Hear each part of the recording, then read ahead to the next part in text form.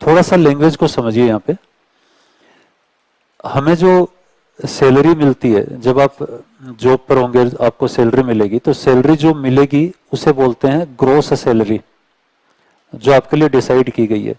उस gross salary में से जो डिडक्शन होंगे, इनकम टैक्स, टीडीएस या जो भी है, उसके बाद जो आपके हाथ में आएगा वो कहलाती है नेट सैलरी या नेट इनकम। ठीक है ना। तो सैलरी के मोटे तौर पर दो हिस्से हैं, एक तो जो डिडक्शन हो जाएगा और जो एक आपको मिलेगा।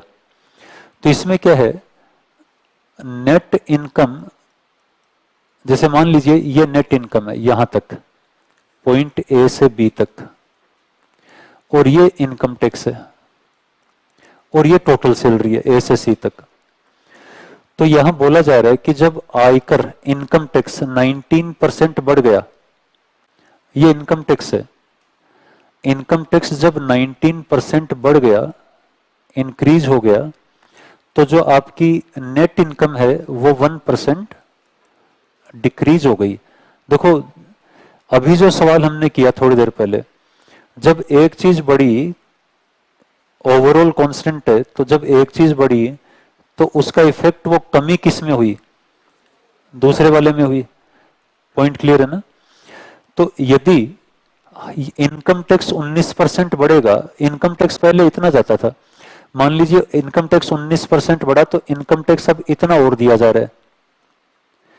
तो ये जो इनकम टैक्स में वृद्धि है, क्या ठीक यही वाली नेट इनकम में कमी भी है कि नहीं। अब ये जो वृद्धि है, ये वाली वृद्धि, ये इनकम टैक्स के लिए तो 19% है, लेकिन ये कमी नेट इनकम में कितनी कमी आ रही है, ये 1% है। तो क्या मैं ये बोल सकता हूं कि नेट इनकम का 1% बराबर है इनकम टैक्स का